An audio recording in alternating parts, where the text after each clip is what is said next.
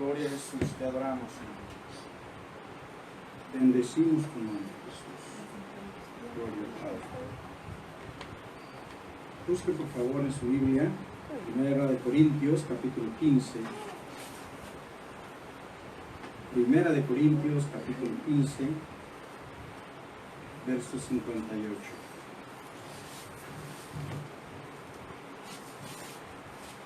Primera de Corintios, capítulo 15, verso 58.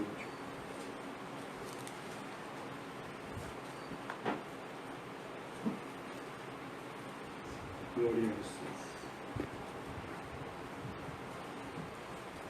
¿Lo tiene? Bueno, póngase de pie por un minuto, ¿verdad? Creo que ya está acostumbrado a eso. En su casa de seguro que lo hacía, quizá no. Quizá me hacía trampa, yo lo veía ahí parado.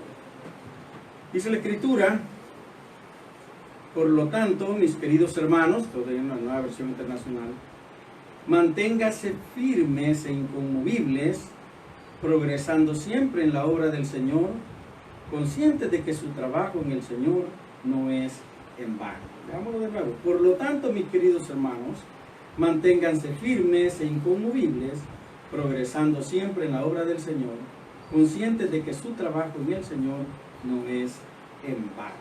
Gracias, Padre Celestial, te damos por esta mañana bendita en que tú nos estás bendiciendo. Gracias porque tu Espíritu Santo ministrará hoy nuestras vidas, hablará a nuestro corazón, Señor, hablará a nuestro ser. Nuestra vida entera será ministrada por tu presencia gloriosa y tú, Señor, vas a hacer un milagro especial en cada uno de nosotros. En el nombre bendito de Jesús te adoramos, te bendecimos. Amén. Amén. Gloria a Dios. Puede sentarse. ¿Vale la pena servir a Dios? Esa es la pregunta que nos vamos a hacer esta mañana. ¿Usted cree que vale la pena servir a Dios?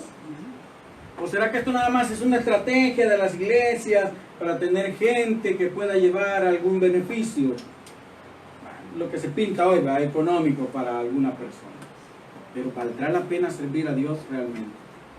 Servir a Dios debería de ser una necesidad para cada uno de nosotros. Y el concepto que nosotros tenemos, o con el cual hemos sido enseñados en lo que es servir a Dios, es de que servir a Dios es estar aquí al frente, estar haciendo alguna cosa notoria, algo que se vea, algo que la gente pueda notar. Eso es servir a Dios, es lo que nosotros entendemos la mayoría por servir a Dios. Pero hay una manera de servir a Dios mucho más eficiente que esa, y es nuestro testimonio. ¿Usted se preocupa por su testimonio? ¿No se preocupa por su testimonio? ¿Sabe lo que es testimonio? Lo que usted presenta, lo que usted proyecta a la gente, ese es su testimonio, es lo que usted dice de usted mismo. Vamos a dar un testimonio y usted comienza a contar lo que Dios ha hecho en su vida o lo que Dios ha hecho en su familia. Pero el testimonio más poderoso es aquel que usted dice sin decir nada. Aquel que la gente lee sin que usted les haya dado un papel o un libro para que lo lean. El testimonio más fuerte, más efectivo para servir a Dios es aquel que yo vivo diariamente. De nada sirve que yo pudiera andar por todas las calles gritando, en los parques, en los buses gritando, si mi estilo de vida no es congruente con lo que yo digo. Entonces de nada sirve lo que yo diga si no está respaldado con mis hechos. La gente lo va a tomar como una palabra más. Como que subiera un vendedor a un bus, o como que se parara un vendedor en un parque y comenzara a gritar vendiendo un producto. Eso sería. Pero cuando usted y yo dedicamos nuestra vida, ponemos nuestra vida en las manos de Dios y procuramos que todos nuestros hechos estén respaldados por la palabra de Dios, ese es un poderoso testimonio. Y esa es la mejor manera de servir a Dios. ¿Quién sirve más a Dios? ¿Aquel que hace mucho pero tiene un mal estilo de vida? ¿O aquel que no habla mucho pero que vive de una manera correcta? ¿Quién cree que es más útil para el reino de los cielos? Por supuesto que se necesita gente que haga, pero más efectivo para darle gloria a Dios es aquella persona que refleja a Cristo en su diario vivir.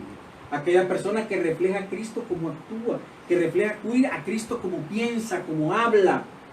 Pero no como habla para que lo escuchen, como habla en su diario vivir, como se relaciona con las otras personas. No somos las personas más dignas. No somos las personas más dignas, no somos las personas perfectas. Y quizás no lo seremos hasta que estemos con el Señor. Porque allá decía un cantante cristiano, no hay hospital. Y allá no hay cojo, no hay ciego, no hay enfermo, no hay nada. Allá todo será perfecto. Estaremos sin necesidad alguna porque Él será todo para nosotros.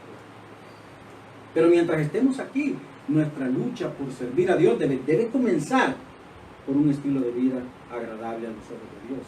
Y cuando nuestro estilo de vida agrada a Dios, olvídese que va a agradar también.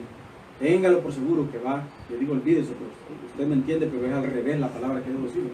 Tenga por seguro que va a agradar a las personas. Agradar a las personas. Decíamos con mi esposa, comentábamos ayer sobre algunas personas y le decía, es que Dios pone una gracia especial en esta persona. Hablando de Daniel, estábamos discutiendo sobre Daniel, la lección que veíamos hoy en la mañana en el centro de estudio industrial. Cómo Dios ponía gracia en este hombre. Dice que él llegó a Babilonia y puso gracia en Daniel para con el jefe de los eunucos. Puso gracia. Cuando se enfrentó al rey, puso gracia delante del rey. Y cualquier persona que se acercaba a Daniel, Daniel tenía gracia para esa persona. Qué bueno es que usted y yo nos pasemos por las calles y la gente diga, qué bien me cae esta persona. No la conozco, no sé quién es, pero me agrada, me cae bien. Y decíamos con ella, mira, fíjate, yo me fijo con esta persona, con la persona que habla, con la persona que se relaciona, con quien sea, siempre cae bien. Siempre la tienen en alta estima, siempre la ponen en un lugar especial, sin haberla conocido, con solo haber oído de esta persona, haberla escuchado, haberla visto cómo actúa. Esa persona, sin tener ningún récord más antiguo de ella, dicen, esta persona es especial y la ponen en un sitio especial. Esa es la gracia de Dios. ¿Basado en qué? En el testimonio personal, en el estilo de vida. Así que, ¿qué cree usted que es más importante en el servicio al Señor? ¿Hacer mucho o vivir un estilo de vida agradable a los ojos de Dios? Cuando nosotros vivimos un estilo de vida agradable a los ojos de Dios y hacemos algo, por poco que sea lo que hagamos, eso es un bombazo, eso es una bomba, eso es algo que de verdad resuena y la gente lo nota, lo escucha, lo sabe.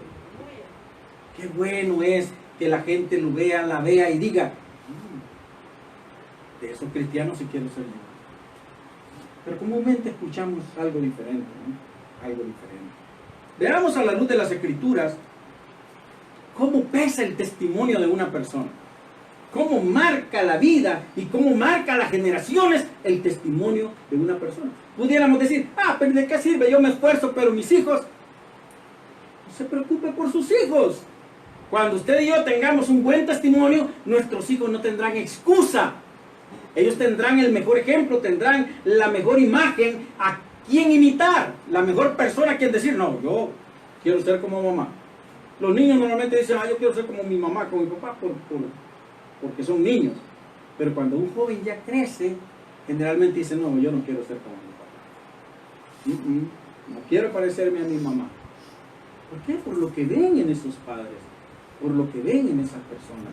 Pero qué bueno sería que dijeran, mi mamá, mi papá, lo veo en el internet que usted ve, al igual que yo ahí todos los días, dicen, alguien conoció a esta persona. Ayer subían una foto donde estaba Gigi Ávila y otros dos pastores de aquellos hombres de antaño, sentados en una silla de madera y decían, hombre, estos no buscan sitios especiales, miren, sentados en una banca de madera rústica, están ahí esperando su turno para hablar en la campaña. Qué tremendo. Yo le digo al Señor, Señor, si ojalá que cuando yo me muera puedan ver una foto y decir, cómo quisiera parecerme a él. Cómo impacta el testimonio de una persona en sus generaciones. Va conmigo, por favor, al segundo libro de Reyes. Segundo libro de Reyes. Y vamos a ver ahí una historia de una viuda. Esta historia usted la ha oído y la han predicado muchas veces. Vamos a meditar en ella, quizá de una manera diferente hoy. Segundo libro de Reyes, capítulo 4, capítulo 4, versículos del 1 al 7. Dice así, se lo leo. Una mujer de las mujeres de los hijos de los profetas clamó a Eliseo diciendo, tu siervo, mi marido, ha muerto. Y tú sabes que tu siervo era temeroso de Jehová.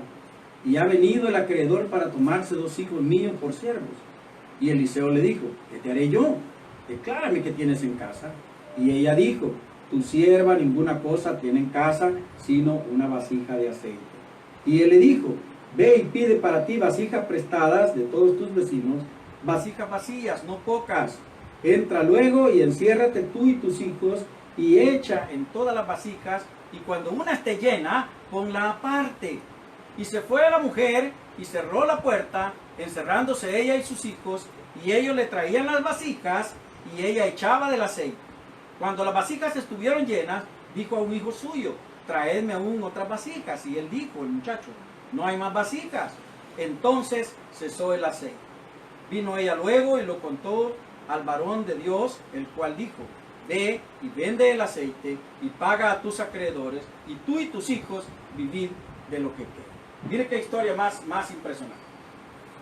No se está refiriendo a aquí, aunque parte de la historia toca al milagro de Dios, a la fe de aquella persona que esperaron que algo pasara.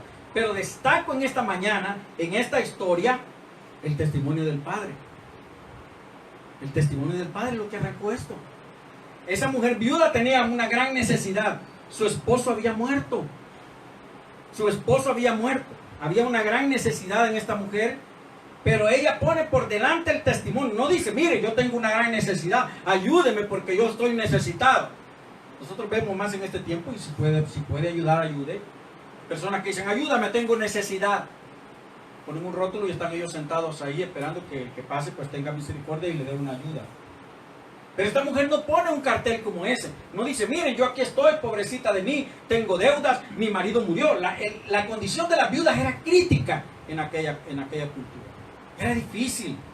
Una mujer que perdía a su marido prácticamente lo perdía todo. Ella tenía sus hijos, pero sus hijos de seguro que estaban pequeños. No eran jóvenes que todavía podían trabajar.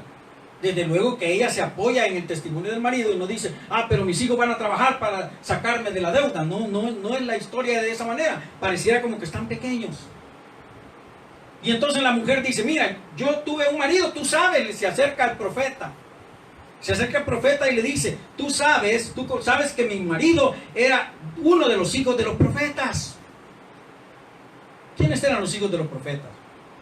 En aquel tiempo, y más en la época de Elías y Eliseo, se popularizó mucho unas instituciones, vamos a llamarle así, que acogían a hombres que se preparaban para el servicio del Señor en la profecía. Ellos estaban estudiando, ellos estaban orando, ellos estaban ahí honrando al Señor en ciertos lugares, acompañaban a los profetas, los seguían. Ellos estaban ahí preparándose y en algún momento Dios los usaba como profetas.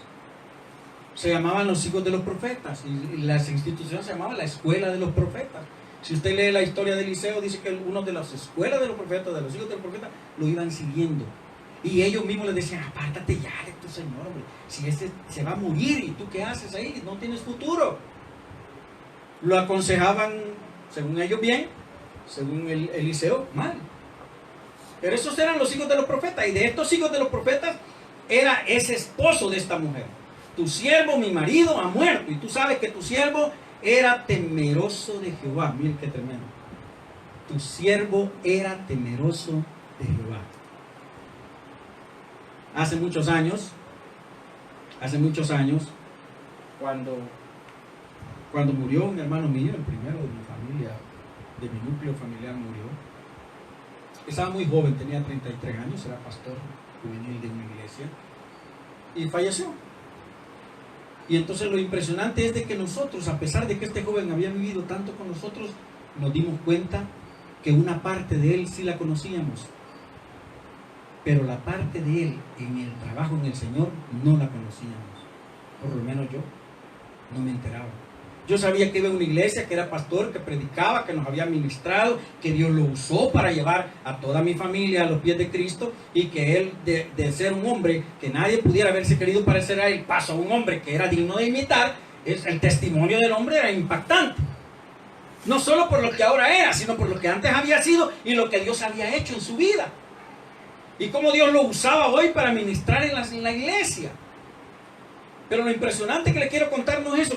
Yo tenía una imagen de él, tenía una idea de él, creía que era un buen cristiano, un buen predicador, un buen pastor, un buen hijo de Dios.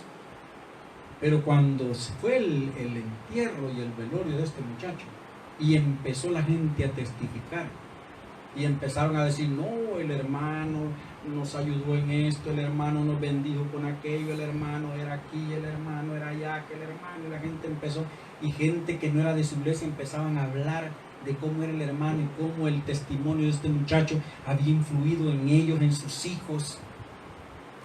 Me quedé, le digo, realmente boquiabierto, porque mucha gente en esos días reconcilió con el Señor por el testimonio de ese joven. ¿Qué es lo que impactó tanto a esa gente? No escuchar el mensaje de este muchacho. Ellos no estaban escuchando el mensaje en un púlpito de este joven, no estaban oyendo el testimonio de su boca, estaban oyendo el testimonio de los demás. Esta mujer no dice, Eliseo, tú te recuerdas cómo... No, tú sabes que él era temeroso de Jehová. El testimonio de aquel hombre muerto estaba poniéndose por delante de las necesidades de esta mujer. Estaba poniéndose como el sustento, quizás como la carta de presentación que esta viuda tenía para llegar donde el profeta. Y no puso por delante la necesidad, que era grande. Mire qué tan tremenda era la necesidad. Dice que el acreedor había llegado y como ella no tenía para pagarle, le iba a quitar a 2 de sus hijos. Yo me pregunto qué sentiría si de repente viniera el banco y como yo no le puedo pagar, no, me voy a llevar a Mario Leonel y a Silma y los vamos a hacer propiedad del banco. Gloria a Dios, 2 bocas menos que alimentar. No.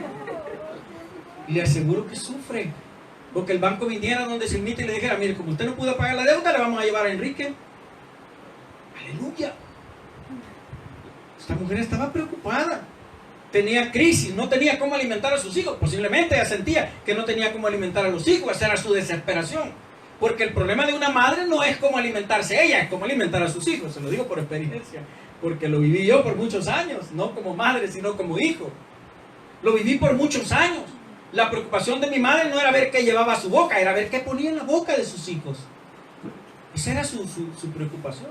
Y esta mujer tenía esa gran preocupación, pero ¿qué hace? Dice, tengo mucha necesidad, pero yo vengo, profeta, no a pedirte el favor tuyo por lo que yo soy o por la necesidad que tengo. Vengo a pedirte ayuda basada en el testimonio de mi marido, que tú sabes que era un hombre temeroso de Dios.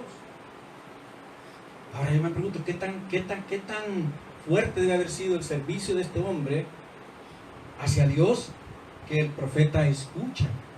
¿Cuánta gente podrán haber acercado al profeta a pedirle ayuda económica, a pedirle cualquier clase de ayuda? Y muchas veces quizás ellos no pudieron haber atendido a mucha gente. Posiblemente para eso estaban los alumnos de la escuela del profeta. Ve allá donde quiera, allá que te ayude aquel.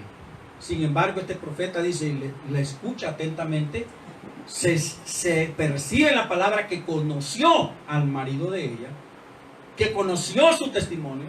Entonces, ¿en qué te puedo ayudar? ¿Cómo te puedo ayudar? Y ahí viene la bendición del testimonio. Porque ¿qué tal si este hombre hubiese sido de mal testimonio?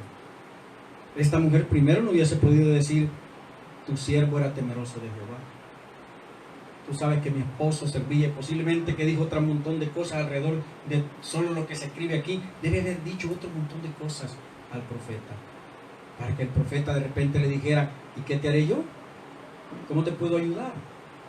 ¿Qué es lo que tienes en tu casa? ¿Algo que podamos vender en tu casa? ¿Algo que pueda servir? No tengo nada más que una tinaja de aceite.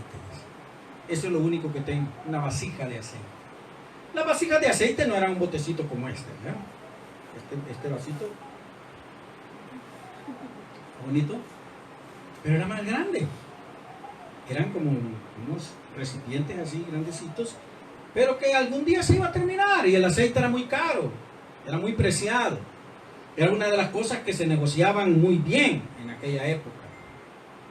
Y entonces la mujer lo único que le quedaba era eso. Pero eso, Señor, lo vendo en una semana y ¿qué me queda más? No me quedaría nada. Ay, qué cosa más impresionante, ¿no? Aquí viene la herencia y pudieran haber pensado, ¿y qué me dejó de herencia mi papá? ¿Y qué me dejó de herencia mi marido? ¿Y qué me dejó de bendición mi marido? No me dejó dinero, no me dejó aquello. Mi papá no tenía terreno, no tenía carro, no tenía nada. ¿Qué me dejó? Me dejó su testimonio. Me dejó el legado de su fe. Mire, si algo he recibido yo en la vida de mis padres, es el legado de su fe. Es que yo no sé de dónde mi madre sacaba, porque me consta que no había abundancia, sacaba para ir a un cantón que se llama Las Tunas, por el cerro pelón, ¿cómo se llama? El cerro Guazapa, un cantón ahí donde tenían un grupo, algunas iglesias lo llaman grupos de crecimiento, algún grupo de gente de la comunidad se reunía en una casa, y mi madre, su encanto era cocinar.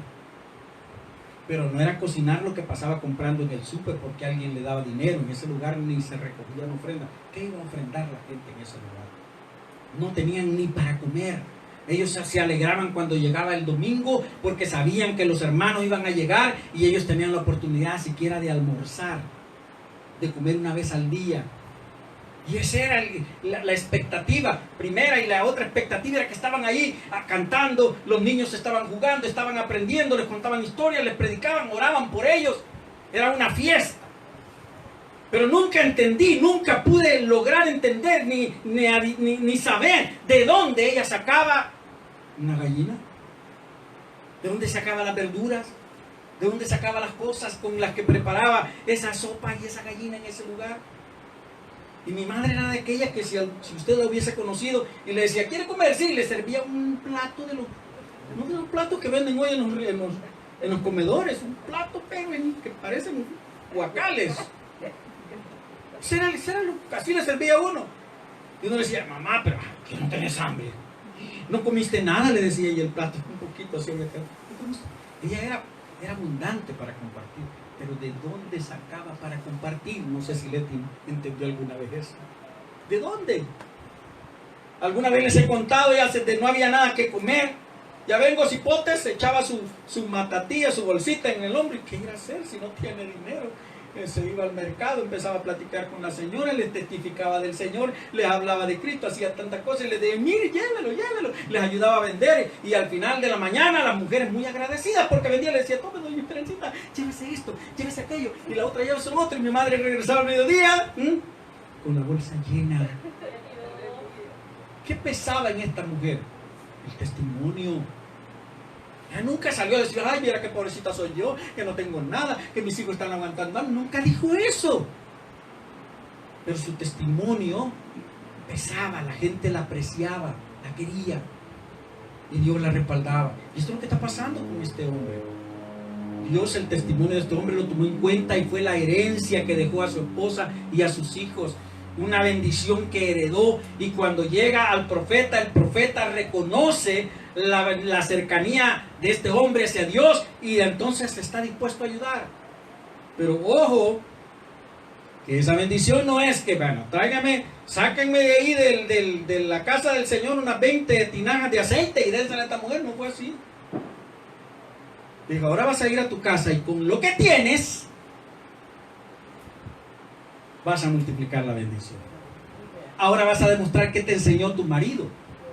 Ahora vas a demostrar que de verdad tu marido te dio un buen testimonio, te dio una buena enseñanza. ¿Qué testimonio le estamos dando a nuestra gente? A nuestra familia. ¿Qué le estamos enseñando?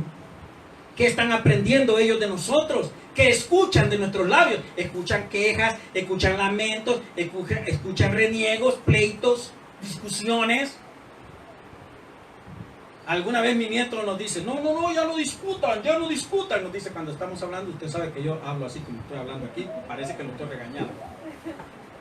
Entonces él se nos queda huyendo y dice, no, ya no discutan. Tenemos que explicar, no estamos discutiendo. Lo que pasa es que estamos hablando un poco fuerte porque es maña mía hablar de esa manera.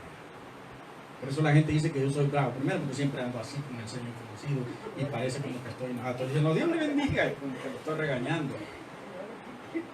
Entonces dice, no discutan, porque él no está acostumbrado a eso. Y no le parece bien. Hecho noche, dice el niño. ¿Qué estamos dejando a nuestros hijos? ¿Qué estamos enseñando a nuestros hijos? ¿Qué le estamos dejando como herencia? Ahora viene la prueba de lo que habían aprendido. Ahora viene a poner en acción la herencia que habían recibido de aquel padre, de aquel hombre que se decía era temeroso de Dios, de aquel hombre que había servido en la casa de Dios, de aquel hombre que había servido al Señor. Ahora viene el resultado de aquel servicio, lo que su familia había aprendido. Y entonces le dice, no, una cosa fácil. Yo no sé si a mí me lo hubiese dicho el profeta, ¿qué hubiese pensado? ¿Cómo lo hubiese tomado? Mejor dígame que no quiere ayudarme, pero no me mande a hacer eso. Primero le dice, ve a tus vecinos y pídeles prestado. La Biblia dice, no le prestes a nadie. ¿Se ha leído eso? Ni sea fiador de nadie, no sea bobo. Sea fiador de nadie. No andes prestando. Porque después no te van a pagar y te vas a sentir mal. Y entonces vas a empezar a tener problemas con esa gente. Mejor si quieres bendecir, regala. Entonces viene y le dice, ve a tus vecinos y pídeles prestado. Dile que te presten, que no te presten dinero. Esas vasijas que ellos no ocupan, esas vasijas que tienen vacías, pides que te las presten. Pide lo más que puedas.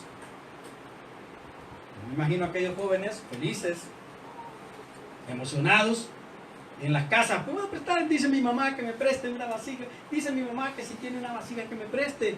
Y el vecino, ¿qué concepto pudiera haber tenido la señora para prestarle la vasija? Tendría que haber sido un buen concepto. Tendría que haber visto un buen testimonio en esta señora. Tendrían que haber conocido que esta familia era una familia temerosa de Dios. De lo contrario, aquí no va a tocar la puerta de su casa. Alguien va a llegar allá a la puerta de su casa y va a decir, sí, fíjese que dice mi mamá que si le puede prestar el sillón de su casa. ¿Usted se lo daría? Primero, ¿cómo se llama usted? No, pero es que mi mamá dice que es... Y usted, si lo conoce, usted sabe que esa gente es mal hablada, pleitista, no pagan en la tienda, hacen cualquier clase de truanería y le dice, mire, dice mi mamá que si le puede prestar unos 3 platos. ¿Se lo daría? Tal vez una persona que usted estime, ¿no? Que usted conoce. Ah, si yo llego y le digo, mire, préstame por favor, usted me da la casa entera. Porque me conoce. Bueno, por lo que vi quizás no, ¿verdad? Pero bueno. Pero la gente debe haber conocido el testimonio de esta mujer. ¿Y de quién había recibido el testimonio esta mujer? Del marido. ¿De quién habían recibido, de quién habían aprendido estos niños? Del papá. Por lo tanto, ellos también fueron escuchados por los vecinos y tuvieron la bendición que les prestaron la cantidad de vasijas que ellos necesitaban. Las que tenían, quizás sacárselas, y no sé cuántas vasijas deben haber tenido. Deben haber sido muchas. Deben haber sido muchas. ¿Por qué deben haber sido muchas? Porque al final, cuando el profeta dice, vende y paga tú, quiere decir que era bastante, no era poquito. No era poquito. Recogen las vasijas. ¿Y qué es lo que se pone en acción ahí? La fe. La fe. Ahí sí entra la fe. La fe, ¿de dónde vino esa fe? De la enseñanza del Padre, del testimonio de aquel padre que inculcó en su familia el temor a Dios y la fe a Dios. Dios era lo principal para este hombre y eso enseñó a su mujer y eso enseñó a sus hijos y eso habían aprendido. Y ahora que el profeta dice, vayan a traer vasijas y cuando te las tengas en tu casa, cierra la puerta para que nadie esté de curioso y después te vayan a venir a molestar, ciérrala y con tus hijos empieza a llenar una por una. Si yo le digo tráigame 5 vasos y voy a llenar los 5 vasos con el agua que está en el segundo se me acaba. Ah, pero si yo tengo fe, tráigame todos los vasos de su casa y usted se los lleva llenos y todavía me queda agua. Y eso es lo que pasó. Aquella mujer, con temor y temblor y orándole al Señor, quizás temblándole las piernas, agarró la vasija de aceite y empezó a volverla en la otra. Y quizá decía, Señor, el profeta dijo que lo hiciera, Señor. El profeta dijo que le hiciera. Mamá, se llenó. Ay, tráeme la otra. Señor, el profeta dijo que lo hiciera. Y ya uno siente que ya le tiene que hacer así porque no se va a llenar la otra. Pero era así. Mamá, se llenó. Ay. Hasta que la llenaron todas. Anda a traer más. Ya estaba emocionada la mujer, ¿no? Anda a traer más y aquí vamos a llenar todas las vasijas del pueblo. Anda a traer más. Ya no hay más, mamá, se acabaron. Hasta entonces, dice la Biblia, cesó el aceite. Wow. Cuando tú y yo creemos a Dios, cuando tú y yo ponemos en práctica la fe que hemos recibido de nuestros padres, de nuestra familia, de nuestros líderes, cuando ponemos en práctica la fe, la bendición no cesa hasta que es suficiente. Y dice la Escritura, hasta que sobreabunde. Oiga que la palabra no es dos, sobre y abunde no son. Hasta que sobreabunde una sola palabra, hasta que pasa un poquito más allá de lo que tú necesitas, porque vas a tener que compartir con otros. Dios se encarga de multiplicar la bendición cuando nosotros echamos a andar nuestra fe. Pero cuando es más fácil echar a andar nuestra fe, cuando hemos recibido la enseñanza de alguien que verdaderamente apreciamos. Y esta familia había recibido la enseñanza de ver a su padre servir en la casa del Señor, de ver a su padre y de oír a su padre cómo servía a Dios, cómo amaba a Dios, cómo temía a Dios y todo lo que él hacía para honrar y glorificar a Dios. Ahora estaba dando fruto en la fe de esta familia, que abundó el aceite hasta que ya no hubo más recipiente donde echar. Y ahora sí, le dice, ya no te preocupes más, mujer. ¿Y ahora qué hago? Dice la mujer, bueno, voy donde el profeta. Llené todas las que me prestaron, ahí las tengo llenas, ya no hay más. Ya no hay más, no, ya no hay más. Y tengo todavía la tinaja que tenía, la tengo llena. Entonces ahora vende todo, vende aceite, vende el aceite que te has llenado las vasijas, paga a la gente que le debes, y de lo que sobre, el dinero que sobre, entonces come tú y tus hijos. Debe de haber sido mucho para que el profeta le dijera, de lo que sobre vive tú y tus hijos. Dios siempre da en abundancia. Dios siempre da en abundancia. Pero es importante, oiga bien a los que somos padres, es importante que nuestro testimonio sea quizás la primer herencia que nosotros dejemos a nuestros hijos. Nuestra fe, nuestro testimonio, nuestro servicio a Dios. Ay, es que yo no tengo tiempo, es que yo no puedo servir al Señor. ¿Cómo que no puede servir a Dios? ¿Acaso no puede hablar de Dios, testificar de Dios? ¿Usted cree que mi madre se paraba en los púlpitos a predicar? No. Pero mucha gente se convirtió a Cristo por su conversación, por ver en acción la fe que la anciana tenía. No era que andaba en la iglesia tocando una guitarra ni siendo parte de los coros. No, no lo hacía. Y le gustaba mucho cantar. Sobre todo si eran los voceros de Cristo. Pero no lo hacía. ¿Cuál era su servicio a Dios? Servir a los demás. Y el servir a Dios es una decisión que usted y yo debemos de tomar. Israel salió de Egipto y venía cargando dioses paganos. Israel entró a la tierra prometida y adoptó dioses paganos. No es cierto que Israel cuando sale de Egipto salen limpios, blancos, inmaculados. E iban cargados de dioses, de costumbres, de idolatría. Y lucharon contra ella en todos los años que estuvieron en el desierto. Y cuando entraron a la tierra prometida, pudiera decir, entró la nueva generación. Pero esa nueva generación había recibido la herencia idólatra de sus padres. Y entraron a la tierra prometida como idólatras. Ahora ya no eran solo los dioses egipcios, ahora eran los dioses de esas naciones que estaban ellos conociendo. Y por eso se para Josué y le dice, mire, yo ya estoy harto de ver la actitud de ustedes. De que sí, que no, ya no discutan tanto. Si les parece bien que no es bueno servir a Dios, no lo sirvan. Sirvan a los dioses que trajeron de Egipto o sirvan a los dioses que están conociendo en esta tierra. Pero saben una cosa, aunque ustedes tomen la decisión de servir a otros dioses, mi casa, mi familia y yo hemos decidido servir al Señor. Es una decisión personal. Usted no puede culpar al vecino, no puede culpar al hermano, no puede culpar al amigo, ni siquiera a su familia por no servir a Dios, por no ser fiel a Dios. Es una decisión personal.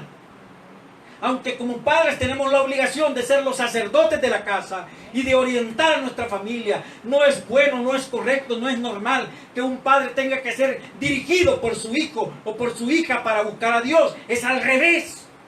El padre tiene que influir en su hijo, en su hija, para que la búsqueda de Dios sea buena. Es la herencia que debemos dejar.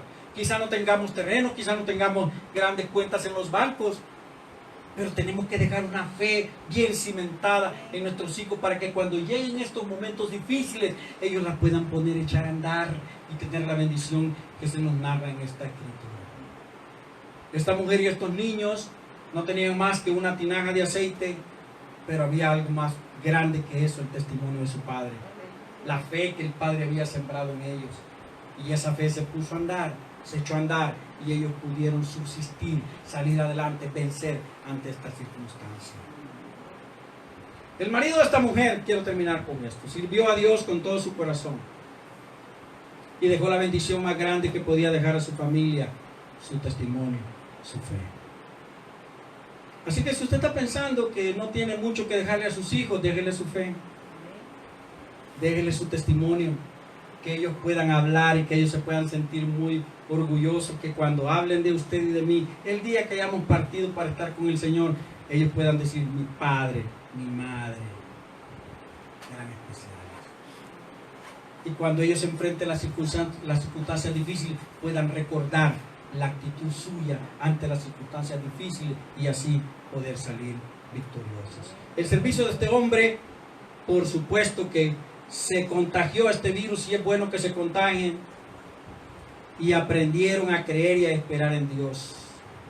Por lo tanto, dice el apóstol cuando le empezamos el culto, la predicación: mis queridos hermanos, manténganse firmes e inconmovibles. Eso quiere decir no se muevan del lugar, no se muevan de su fe, progresando siempre en la obra del Señor, conscientes de que su trabajo en el Señor no es en vano. Quizá no sea usted el que ve el fruto de su trabajo. Quizá no seamos nosotros los que veamos el fruto de nuestra fe, el fruto de nuestro servicio. Posiblemente no lo veamos, pero las generaciones que están detrás de nosotros lo van a disfrutar si usted y yo vivimos una vida consagrada al Señor. ¿Vale la pena entonces servir a Dios? Vale la pena, vale la pena. Si somos egoístas y creemos que lo único que vale la pena es que lo que puedo disfrutar yo, estoy equivocado. Vale la pena lo que pueden disfrutar nuestras generaciones, y lo que ellos puedan disfrutar o cómo ellos puedan vencer o fracasar depende mucho del testimonio que nosotros dejemos para ellos. Vale la pena servir a Dios, mi hermano. Sirvámosle dando un buen testimonio, sirvámosle al Señor dando un buen ejemplo, sirvamos al Señor poniendo a caminar nuestra fe en casa para que nuestros hijos, nuestra familia aprendan, y así cuando llegue el día que ellos tengan que enfrentar situaciones difíciles, puedan hacerlo con propiedad, sabiendo que servir a Dios es lo mejor que puede haber en la vida. Dios, yo bendigo esta congregación. Bendigo a cada uno de tus hijos, Señor, que esta mañana se han congregado con nosotros, aquellos que se han conectado por las redes sociales, Señor. Lo bendecimos en el nombre de Jesús. Estamos llegando, Señor, más allá de nuestra Espíritu Santo allá, y obra con poder, Señor, para que todos entendamos, Señor, los de aquí y los de allá, entendamos que servirte a ti es lo mejor que podemos hacer, que dar testimonio de lo que tú eres es lo mejor que podemos hacer, que tu Espíritu glorioso pueda ministrar nuestras vidas para que sintamos placer en servirte, disfrute en servirte, en buscarte, para que podamos mantenernos firmes cada día de nuestra vida, Señor. Bendice, Señor Jesús, a nuestros familiares. Ayúdanos a tener un buen testimonio, a dejar algo, Señor Jesús, que sea inconmovible en nuestra familia, para que en el futuro de nuestras generaciones venideras puedan tener la bendición abundante que tú prometes en tu palabra. Bendecimos tu nombre porque eres bueno, Jesús. Tu nombre glorioso. Amén. Amén. Gloria a Dios, vale la pena servir al Señor. Gloria a Dios. Denle ese aplauso al Señor.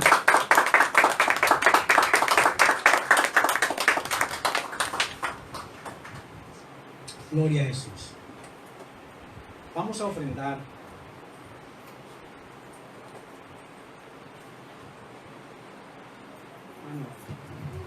Hermano Irving, ayúdenme. Vamos a ofrendar.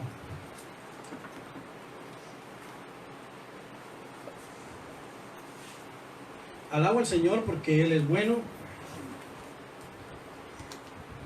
Dios ha bendecido nuestras vidas. No ha faltado nada en su hogar, le aseguro que no ha faltado nada. Y no faltará nada. Él es fiel. Dios ha sido fiel y va a seguir bendiciendo su vida y la mía de una manera abundante. Así que hoy vamos a darle un poquito de toda la bendición que Él nos ha dado en este tiempo difícil. Hemos podido comprobar la gracia y la bendición de Dios sobre cada uno. Dios, bendecimos este momento. Bendecimos cada familia, Señor. Cada persona. Señor, en tu nombre bendito clamamos para que la bendición tuya se multiplique sobre cada uno. Que cada uno dé, Señor, como lo sienta en su corazón, con alegría. No porque haya necesidad ni quieran comprar la bendición tuya, porque no se compra la bendición, sino porque hay gozo, hay gratitud en sus corazones. Y tú multiplicarás, tú honrarás esta actitud. Y vas a hacer como hiciste con esta mujer viuda, vas a multiplicar el aceite hasta que no sea necesaria más, hasta que haya abundado. Gracias por tu amor. Ponemos en tus manos este momento para gloria y honra de tu nombre. Amén. Ofrende con reverencia al Señor y cuando haya ofrendado, dele gracias a Dios por ese momento. Padre, gracias. Bendice cada persona, Señor. Cada persona, Dios, está en este lugar. Bendícela de una manera especial. Glorifica tu nombre, Jesús. Gracias por tu amor, por tu misericordia. Señor, que no falte nada en sus hogares. Que este acto de fe que ahora están realizando, Dios, sea honrado por ti. Que puedan recibir al 100 por uno, Señor. Al 100 por uno. Bendice los ingresos de tus hijos. Bendice las fuentes de ingresos que ellos tienen. Bendice esas familias que con mucho cariño, mes a mes o tiempo en tiempo están enviando esa bendición para ellos. Derrama de tu gloria, Señor, sobre cada hogar. En el nombre glorioso de Jesús, bendice esas empresas donde tus hijos laboran. Bendícelas, Señor, para que tus hijos sean bendecidos a través de ellas. Bendice esos negocios. Bendice, Padre Celestial, toda fuente de ingreso para tus hijos. En el nombre glorioso de Jesús, te amamos, te bendecimos, te honramos. Gracias, mi Dios, eres bueno. Eres maravilloso, Jesús, gracias. Te amamos, te bendecimos. Glorificado es tu nombre en los siglos de los siglos, Señor. Te amamos. Ahora presentamos estas ofrendas, Señor, con mucha reverencia. Las presentamos a ti, Dios. Recíbelas. Queremos que sean para ti como un olor agradable, algo especial. Recíbelas porque van de nuestro corazón, Señor. Salen de nuestro corazón con gratitud. Multiplícalas para la gloria de tu nombre y bendice a quien tenga que bendecir a través de ellas. No permitas que sean utilizadas para fines que no sean santos, Dios. Y no permitas que manos impías puedan tocarlas. En el nombre glorioso de Jesús te adoramos. Amén. Amén. Gloria a Dios. Que Dios lo bendiga abundantemente, mi hermano. Que la bendición de Dios no sea parte de usted. Amén.